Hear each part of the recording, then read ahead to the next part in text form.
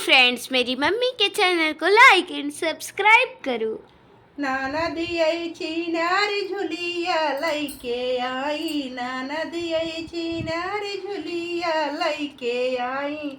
झुलिया उलियाई कुलहिया उलियाई, झुलिया उलियाई कुलहिया उलियाई, दरजिया भतार गहने लैके आई, दरजिया भतार गहने लैके आई, नाना दियै छिनारी झुलिया लैके आई, लड्डू लियाई बतासा लियाई, लड्डू लियाई बतासा लियाई, हेलवैया भतार गहने लैके आई, हेलवैया भतार गहने लैके आई, नाना दियै छिनारी झुलिया लैके आई, नाना दियै छिनारी झुलिया लैके आई,